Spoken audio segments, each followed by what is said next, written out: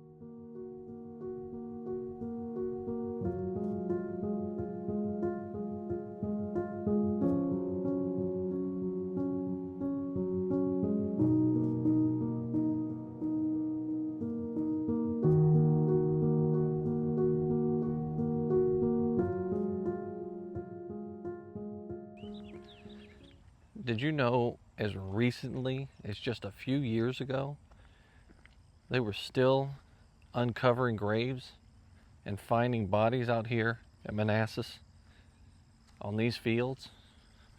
Just a few years ago.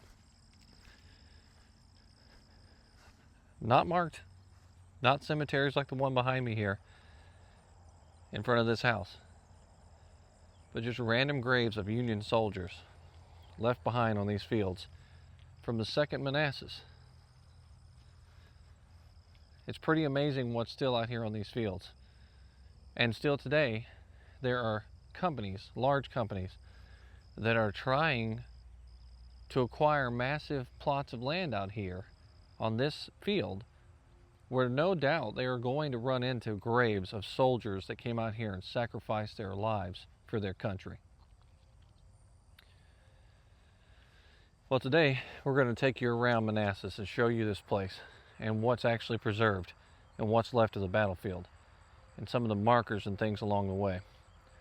It's going to be a tour, if you will. If you've never been here before, stay tuned. And I hope if you have been here before, you watch anyway, so that way you can relive that trip. Join us on this trip today to Manassas.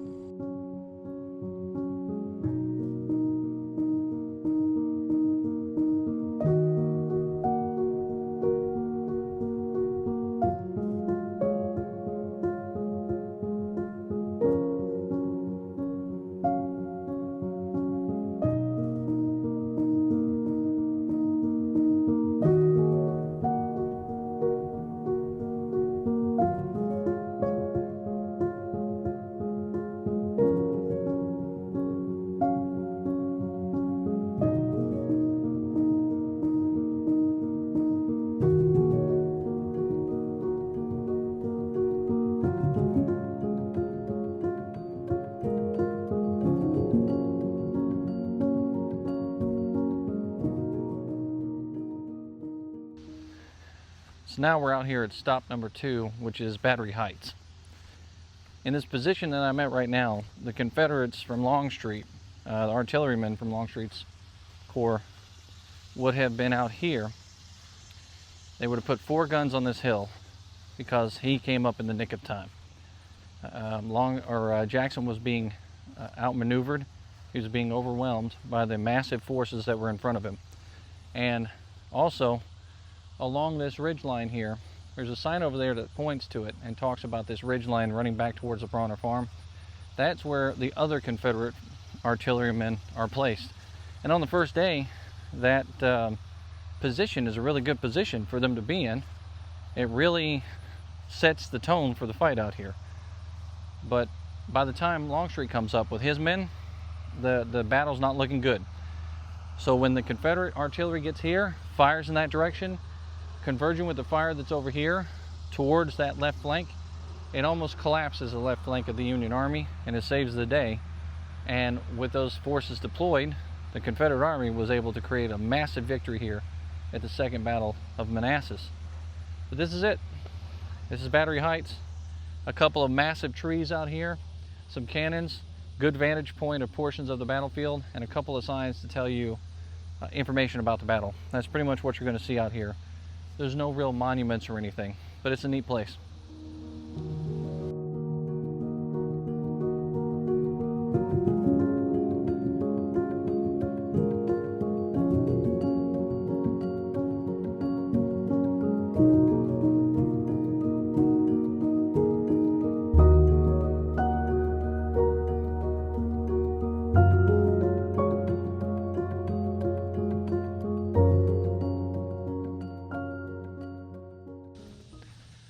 Stop number 3 on that second Manassas stop is the stone house here at the base of Henry Hill and Buck Hill.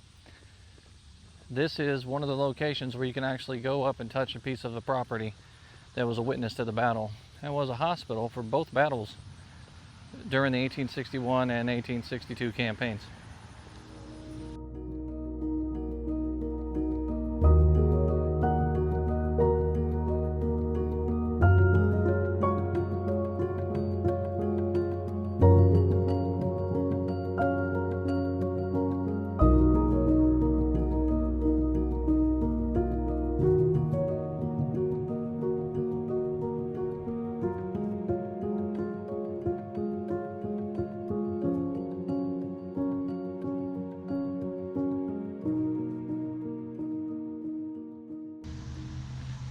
It's not really a monument out here, but more of a house. The stone house is a field hospital during the American Civil War, and it has many things inside of it that indicates the wear and tear of a field hospital. including carvings by soldiers that were in here being worked on. The exterior has some interesting things, looking like a cannonball and a piece of artillery shell stuck in the side.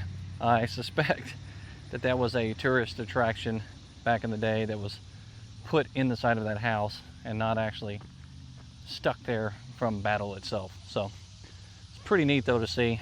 You can come out here and check it out, and like I said, I'm doing a lot of videos of these places so that you can see a little bit closer what it looks like if you're not able to make it out here to Manassas.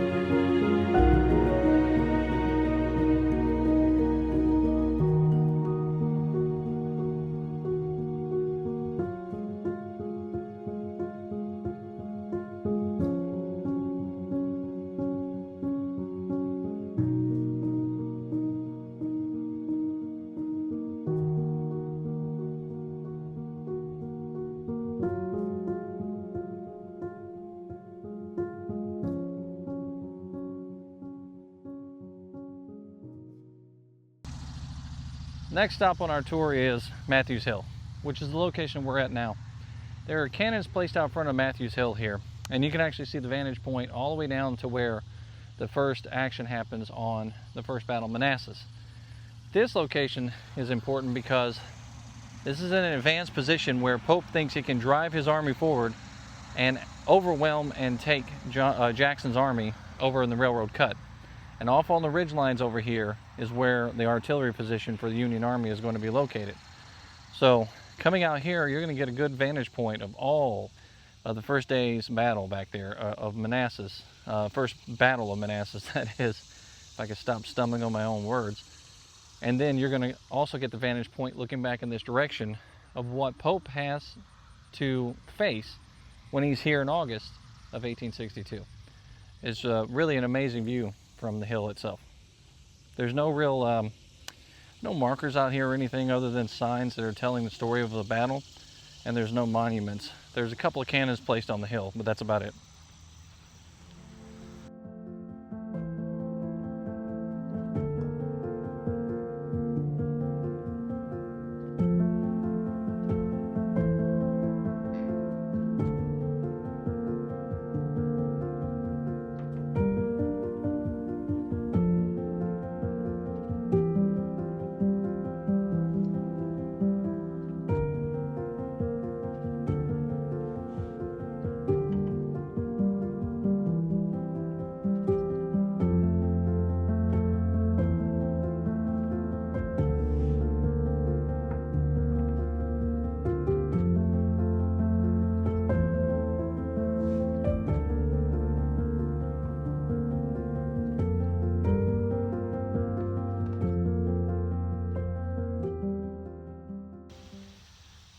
We're out here at the next stop on this second Manassas tour, if you will, and it is the Sudley Church stop, which is also a stop for the first Manassas as well, because Sudley Springs is right over that way, and we did a video over there during the winter time at Sudley Springs, the location where the water is that slowed down the troops as they were coming across and going back in the other direction.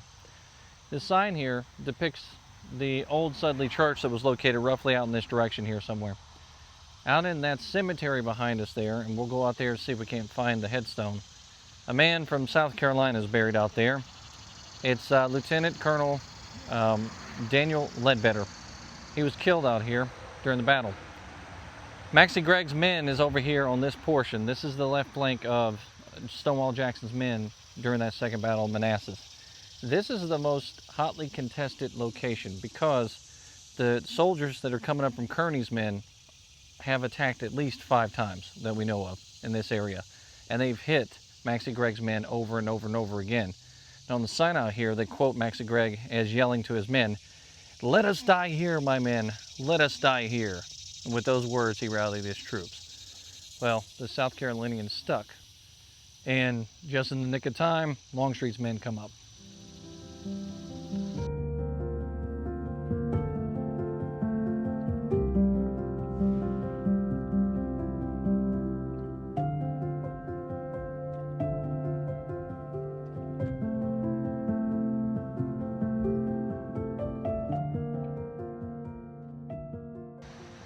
So just like the other positions, you're not going to find any monuments or anything out here at this spot. You're going to find a bunch of signs. The location of the church, which is right over here where the new church is, a church that was rebuilt after the American Civil War, and a trail that takes you off down towards the springs and the run that's out there, which is pretty cool to go see for yourself at any time of the year. So no matter what, I highly suggest you get out here and check this out, especially if you are trying to understand the maneuvers and the positions of the second Battle of Manassas, because this is such a large battle. It can be hard to take in just by looking at a map.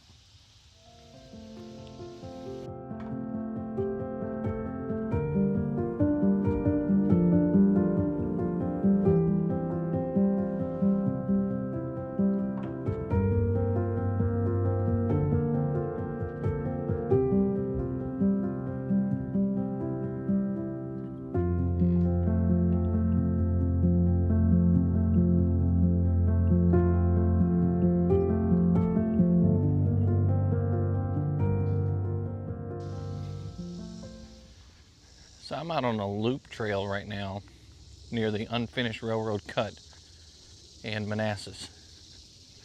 This is a place where Confederate soldiers would have been positioned in and around this railroad cut. Now, one of the rare occasions where a frontal assault with fixed bayonets during 1862 actually took place out here. Now, what you're going to see out here is that railroad cut. You see that depression in the ground? That's the unfinished railroad cut that we're talking about. And out here, I believe his name was Cuvier Grover, was ordered into a charge out here and was promised support in this location. He lined his 1,500 men up and he assaulted out here on the 29th of August. It had initial success, driving back the Confederates and causing panic amongst their troops, but he didn't receive the support he was promised and he had to fall back. This is one of those positions where you read about these textbook maneuvers, and people think that combat during the American Civil War was filled with these bayonet assaults, these bayonet charges. They simply were not, because of the rifled musket. It was almost impossible to have a bayonet assault be successful.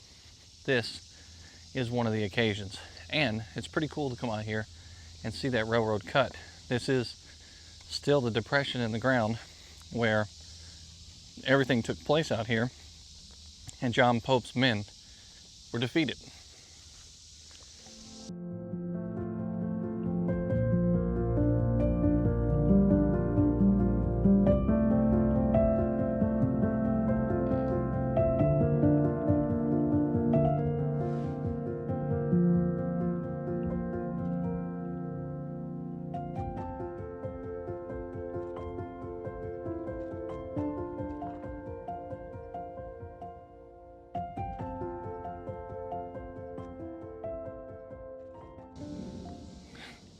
Wow.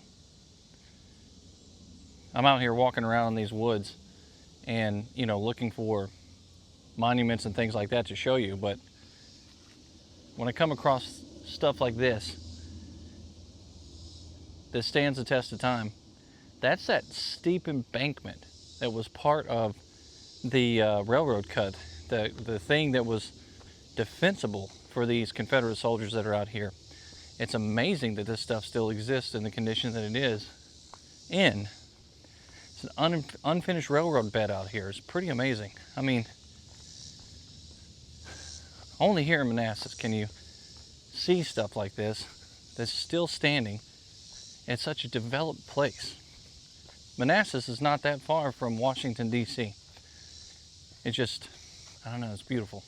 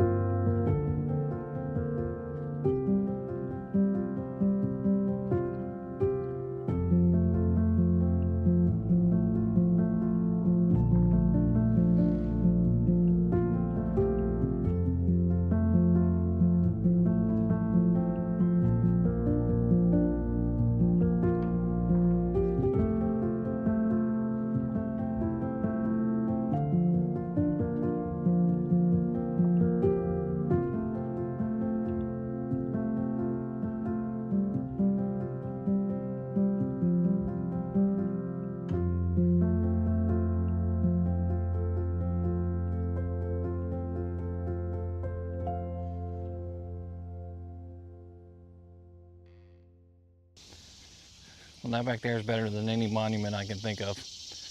That's a pretty unique experience to go out on a battlefield and see something like that that still exists out here, where Jackson and his men would have been placed during the Battle of Second Manassas.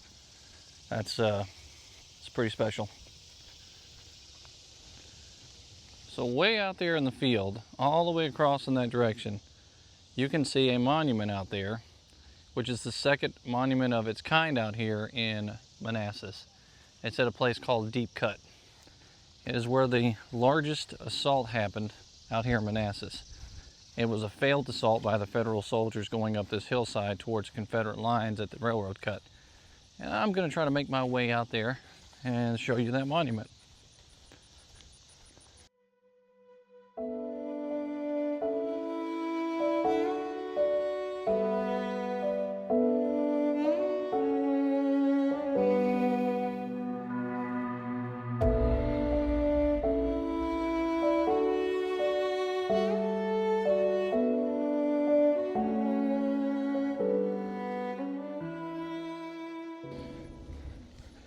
It's very rare that you get to go out to a location and see something, or at least a place where somebody placed something so long ago. And one of the soldiers from the Berdan sharpshooters came out to this place, and you can see that little post right there. That little post has a sign on it that has been kept up since a long time ago. Albie came out here, a soldier with the Berdan sharpshooters, and he wanted to mark the place where he was wounded when they came out and attacked the Confederates. That was the location. Now, the sign was a wooden post and a wooden sign placed there by him. It has been changed through the years, but it's in the exact same location where he placed it all those years ago. It's the only thing out here to denote his actions. He's just a regular soldier like many of the other soldiers that fought out here, but it's pretty neat to see that they kept it up. The National Park Service has been keeping it up all those years too. So, and it's along the trail here, heading towards this monument that we're about to go to, which is the second monument placed out here on this battlefield by those Federal soldiers after the war.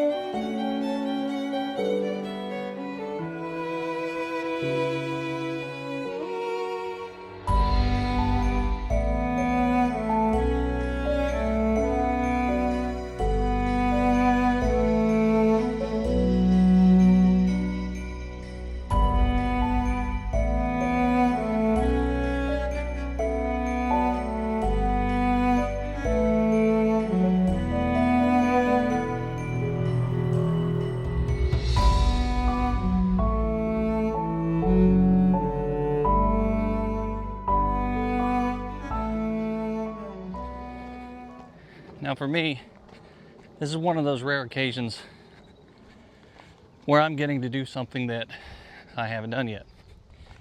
I've been to Manassas many times, but I've yet to actually walk this trail up to the top and see this monument in person. This is pretty cool.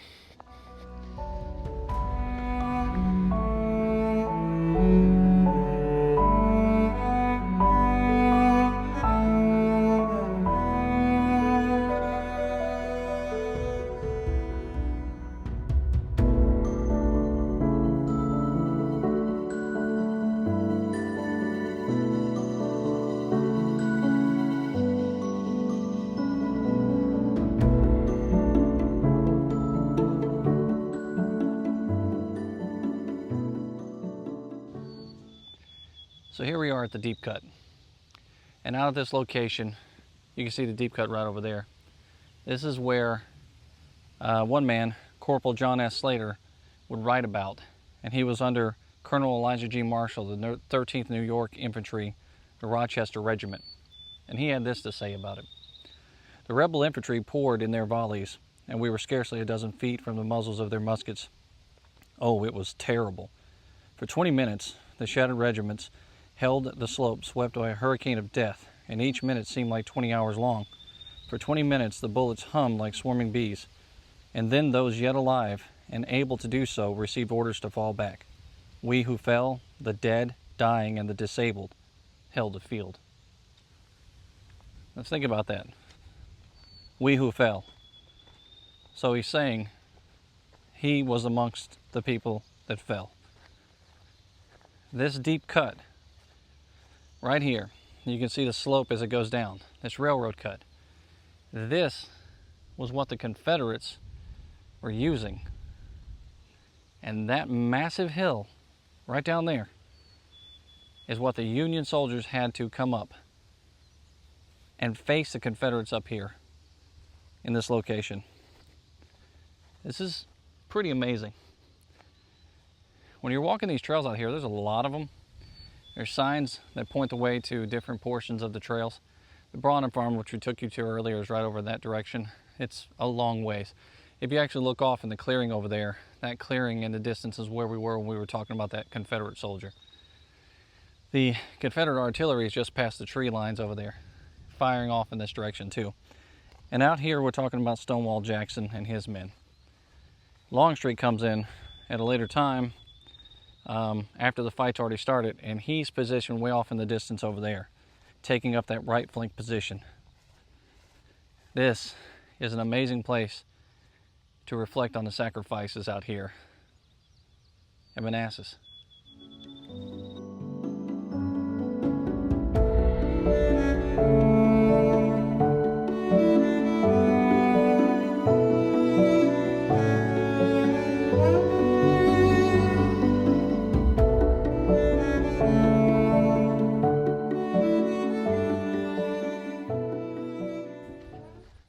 Can you beat that for a monument? That deep cut's still there today. There's a monument on the hill where soldiers actually stood in 1865 to remember the fighting that happened here and the death of all the soldiers that they lost here. Their friends, their comrades, their brothers. Some of them, their uncles and brothers, uncles, dads, cousins, all people that they knew died here on this field. Some of them still buried out here. Still buried out here on these fields. Today I find myself humbled by this walk.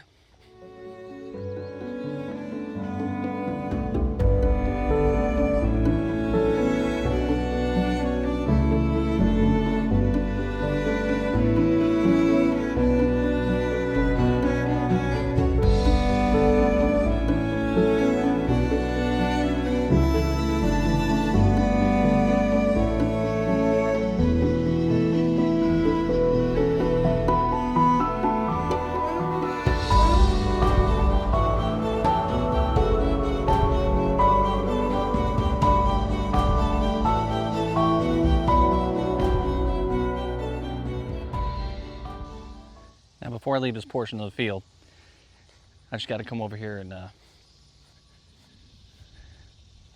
touch this post. Now I know this post was probably put here many years after the original guy put it here. This sign to the bird and sharpshooters, but does it get any cooler than that? I really don't think so. It's amazing.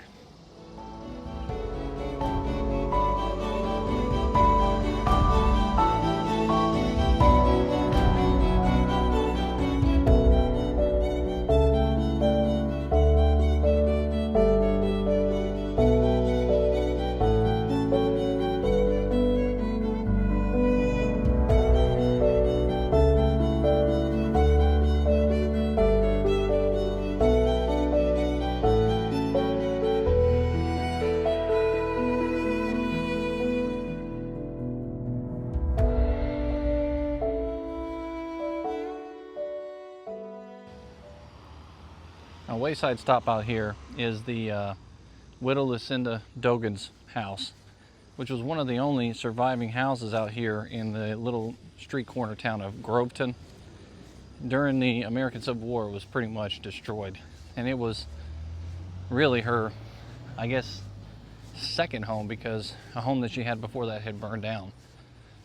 Well, during the battle out here, this house was severely damaged by fire from Federal soldiers and Confederate soldiers. So this is a pretty neat, I guess, rebuilt or kept up structure out here at the crossroads where Groveton was. This was a community out here in this crossroads. After the war was over with, Lucinda decided that she was going to apply to have herself compensated for the destruction of her property by the Federal soldiers out here, but was denied swiftly compensation for that.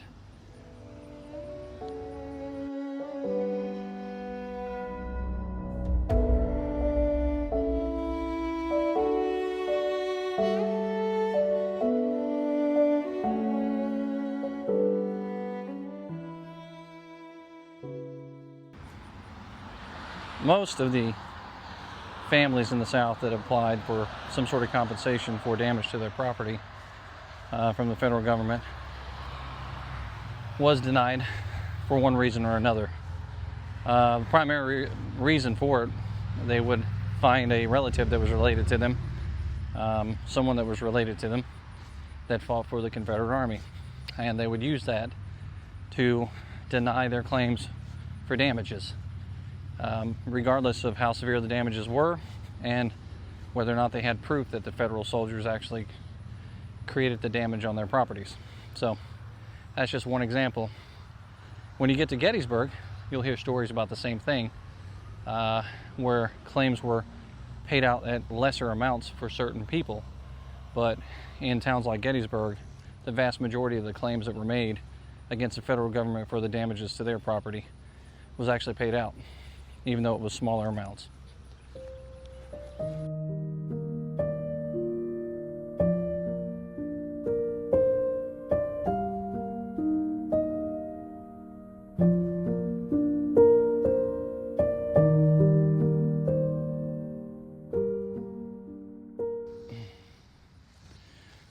Well, moving on from Lucinda's house, we're headed over to the Groveton Cemetery that's out here along this turnpike.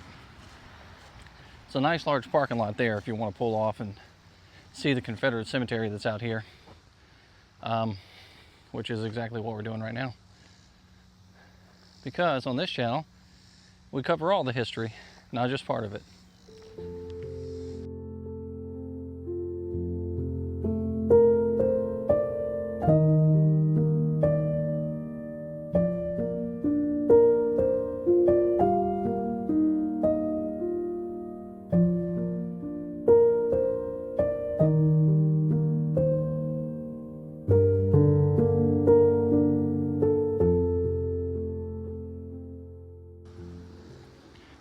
So here we are at that Groveton Confederate Cemetery I'm about to walk into right now. North Carolina, South Carolina, Virginia, many of the states are identified out here with wooden boards.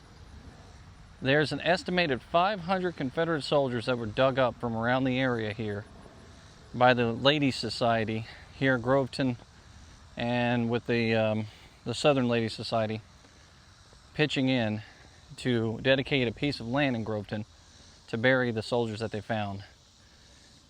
Many of those soldiers could not be identified because they laid in the ground all those years decomposing, and there was nothing left of them. And not only that, but there were also very few markers left behind for most of the soldiers, and a lot of the Union soldiers ended up in the cemetery in Arlington. But out here there are 2 headstones, and we'll show you those headstones, and we'll show you this Confederate monument to their, or Confederate memorial to their soldiers that died out here on these fields in Manassas.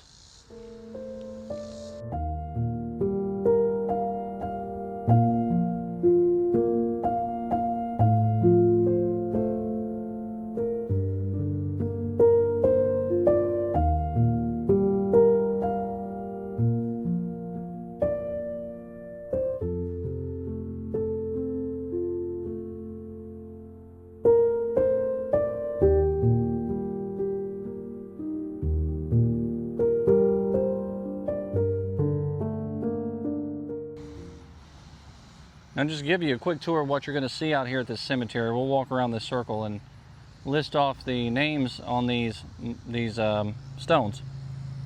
So we have Virginia,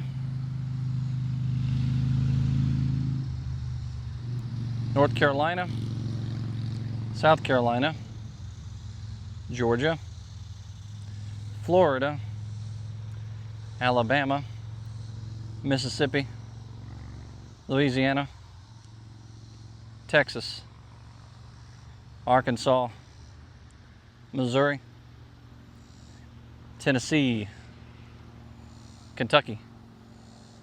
Last but not least, Maryland.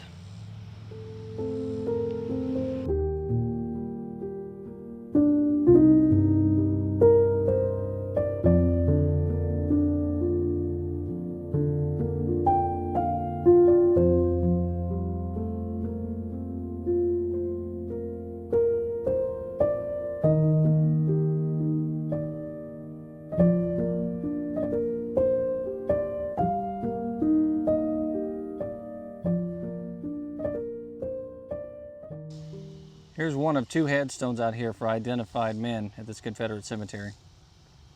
James German Palmer, son of Dr. John S. and Esther Simmons Palmer, born in Charleston County, South Carolina, May 28, 1840, was killed in the Second Manassas Battle, August 30th, 1862. He was a private in the Spartan Rifles, and the rest of it I can't really see because it's below the grass line there. But it looks like something about refinement of palmetto sharpshooters or something like that. It's a pretty amazing headstone for its age, how old it is out here. And it's got the you see the palmetto tree there for South Carolina.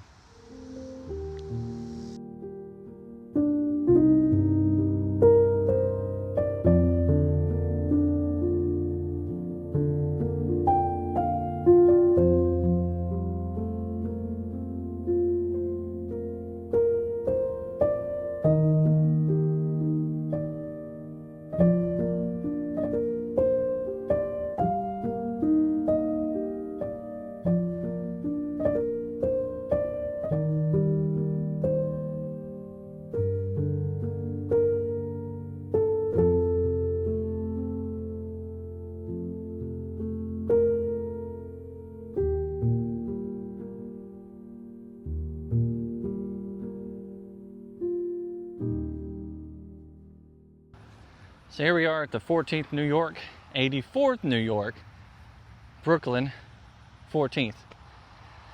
It is a, well, it looks like it's in pretty rough shape now. The iron fence around it looks like it's kind of falling apart.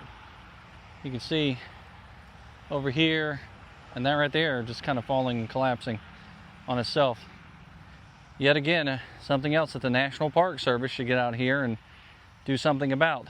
Perhaps I'll post another QR code complaint about something that should be taken care of.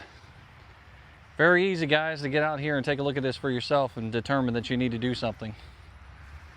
Either way, this monument, I'll turn the camera around so you can see it and do like a close-up shot of it, and then read what the face of the monument says.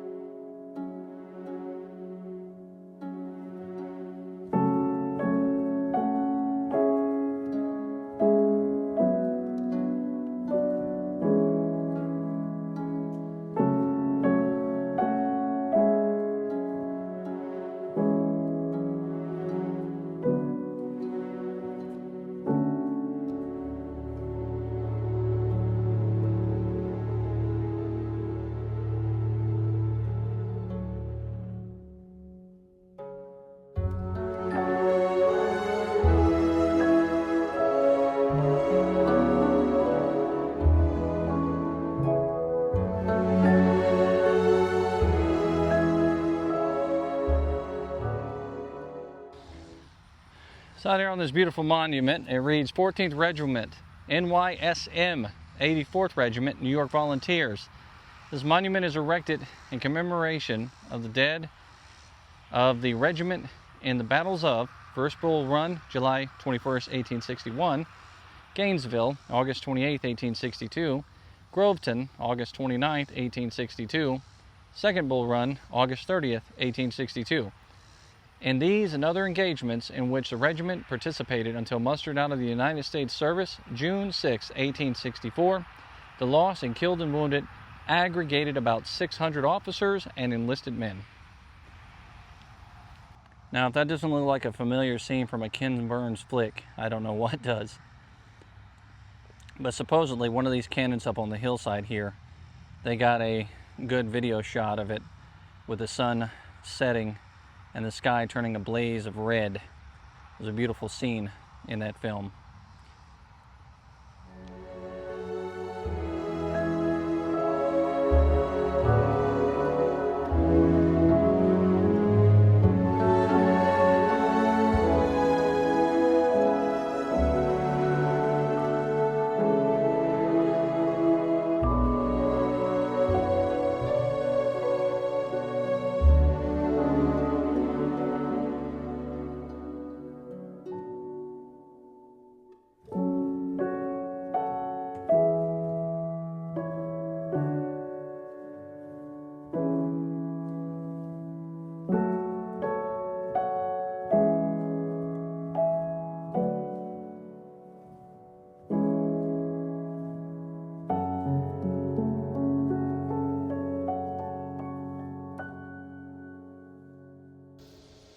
So here we have a monument to the Dury Zouaves, erected by the state of New York, September 29, 1906, to commemorate the heroic services of the 5th Regiment New York Volunteer Infantry.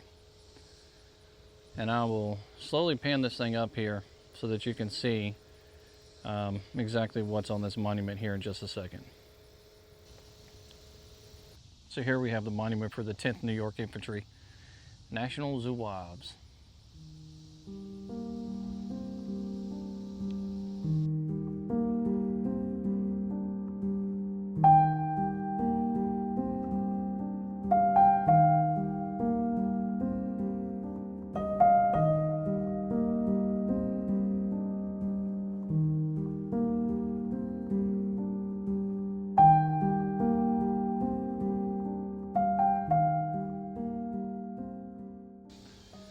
So why would New York go to all the trouble to putting all these monuments over here at this one location?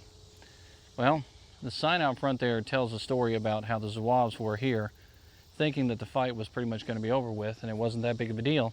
And they could hear firing about a mile and a half down the road over there, and then all of a sudden the firing stopped. It got silent.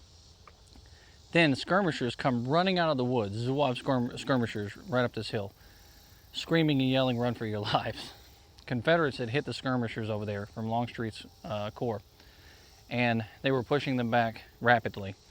The Zouaves were posted up here on this hill, and as they were hit, they were being shot running down the hill, going in that direction. One Texas soldier actually described the fields in front of me here as looking like a field of wildflowers from all the dead and dying Zouaves that they left on the ground. And you can see that that is a downhill slope there. So imagine all those Zouaves with their red uniforms just littered all over the ground. It's a pretty amazing thing to think about out here in this field of fire at Manassas.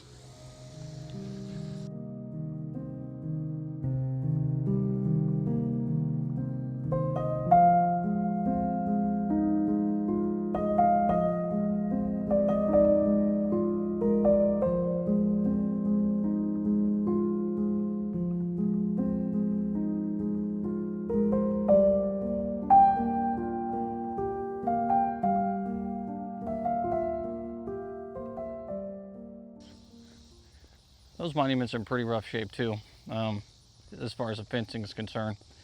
I'm not sure why, when, or how that happened, but definitely needs some restoration, some help out here to bring it back to the way it used to look.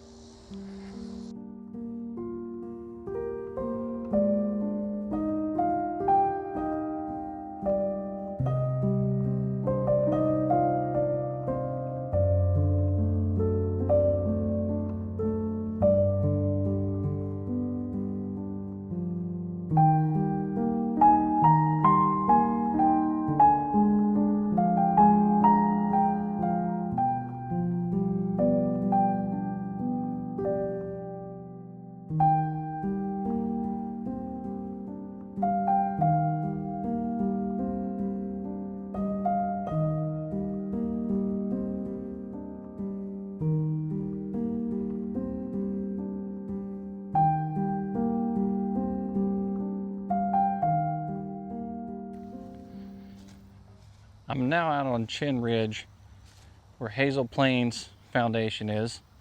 It's a plantation that's out here. And then the whole, I believe, whole family cemetery plot is just down the hill from there.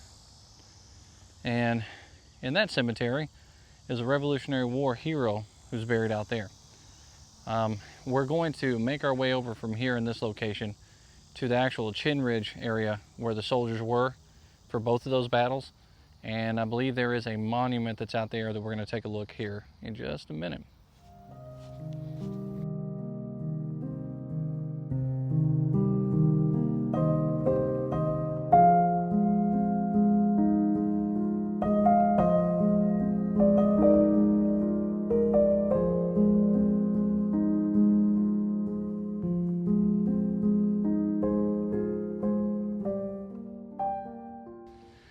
So the position that I'm at out here right now to go to this this rock is a spot where Colonel Fletcher Webster fell.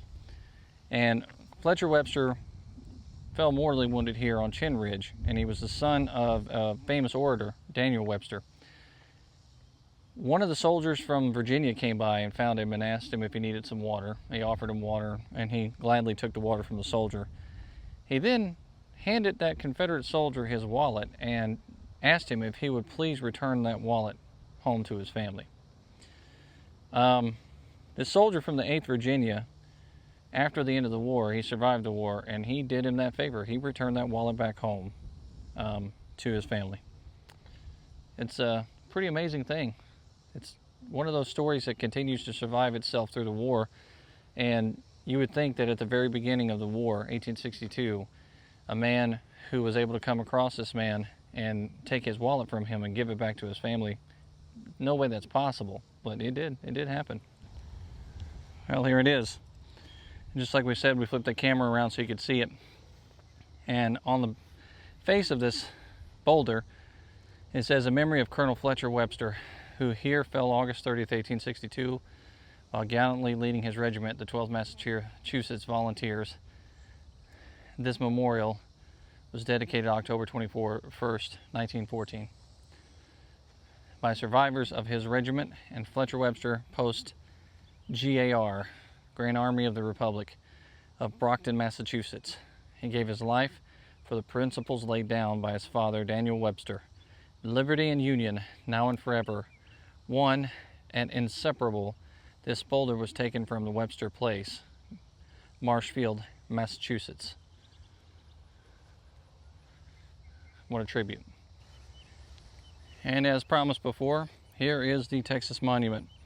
Now, if you've ever been to Kennesaw Battlefield in Georgia, it looks the same. Gettysburg, it looks the same. Here in Manassas, it looks the same. There's quite a few of these that were erected around the battlefields for Texas.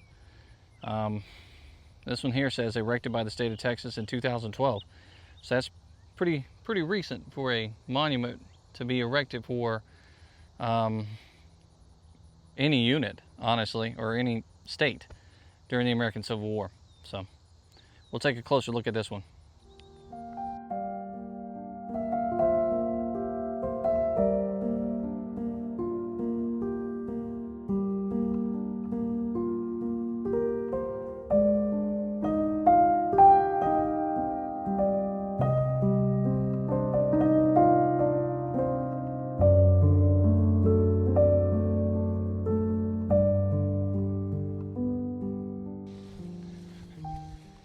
And Chinn Ridge is a pretty contentious area in the story of the Battle of Manassas.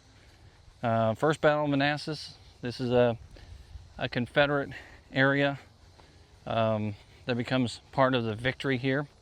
Second Battle of Manassas, again, the Confederates are over here pushing soldiers, Union soldiers, in the different or the opposite direction. When we're talking about the two battles, the first battle, if you go to the visitor center, you see Jackson on the hill, standing there like a stone wall. Jackson is over there representing the Confederate forces on the hill. That's First Battle of Manassas. That is their center, the Union center focal point to fight towards. Second Battle of Manassas comes in the opposite direction, different direction. Confederates are actually off past Groveton and making their way towards Henry Hill, moving in that direction, kind of like the Union soldiers were, but from a slightly different perspective. It's pretty cool to think about. And either situation, if the Confederates had come out here and fought that first battle and won it, and then came back and fought the second battle and lost it, then it could be said that hill couldn't be taken, no matter who fought against it. But that wasn't the situation. Pope failed to do what he promised to do, and he could not crush that army out here. The Confederate army at that time was probably at its strongest point in leadership, and that really was a difference maker out here on these fields. The seniority and leadership, the expertise really helped with the fight, and plus a lot of those soldiers that knew what they were doing were fighting out here on both sides. By the time 1863 rolls around, so many men that had been fighting in 1862 were gone, either wounded or dead, that this became a different sort of war. And not to mention, the experience level on both sides had changed. So the tide shifts right there around Fredericksburg, Chancellorsville time frame, leading into Gettysburg.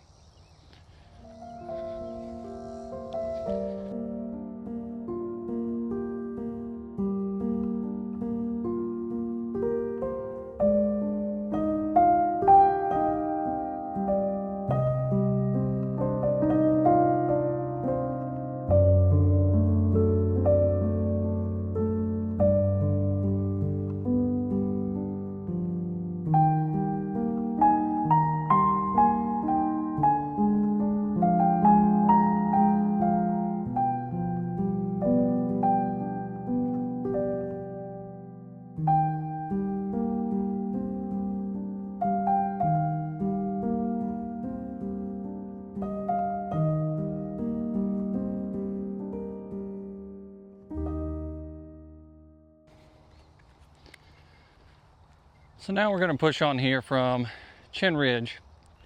We're going to make our way over to the famous bridge and wrap up around where the water is so that we can see that bridge one last time before we take off from here.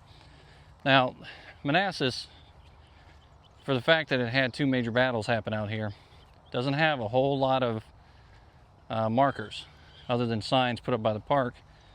You would think there'd be more monuments out here, but there's not. But we've covered the majority of this battlefield so you can see what is available. And I highly encourage you to pick up a companion book when you come out here to better understand the battle as you're walking this field. You can walk end to end every foot of where these soldiers were standing line after line facing each other during those 3 days in that battle. It is possible. It is a great place to come out and hike. A lot of people are out here doing it, and I'm sure they're not out here for the history. They're just out here for a beautiful hike. It's a wonderful park, very well maintained, even though there are some flaws, but it's a beautiful place to be. Come check it out.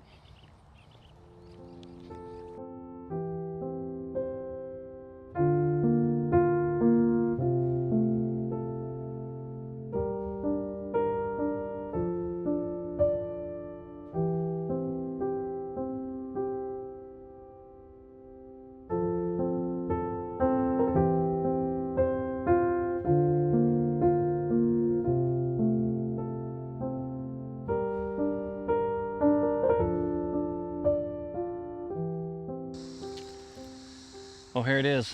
This is the bridge in Manassas. When everybody thinks of Manassas, they think of this bridge right here, which has a lot of pictures taken of it after the destruction that happened in here during the first Battle of Bull Run, and even some of the destruction in the second Battle of Bull Run. This is the location that everybody thinks about. Bull Run, right behind me there. To me, this stands as a monument to the men on both sides that fought out here, and to the people of the town and surrounding area here that were a part of this community at one of the most tumultuous moments in our nation's history, the American Civil War. It is a tribute all to itself, and the fact that they are preserving this area and making it a hiking trail so that people can go across and see it for themselves is pretty amazing. It's a beautiful and peaceful place out here in Manassas.